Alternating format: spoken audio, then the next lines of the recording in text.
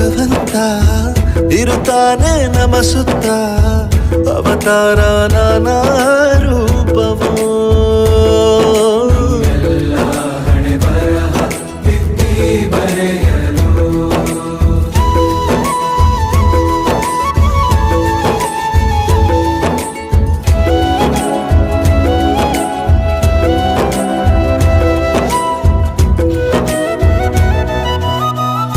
ಬಾಳಲ್ಲಿ ಲೆಕ್ಕ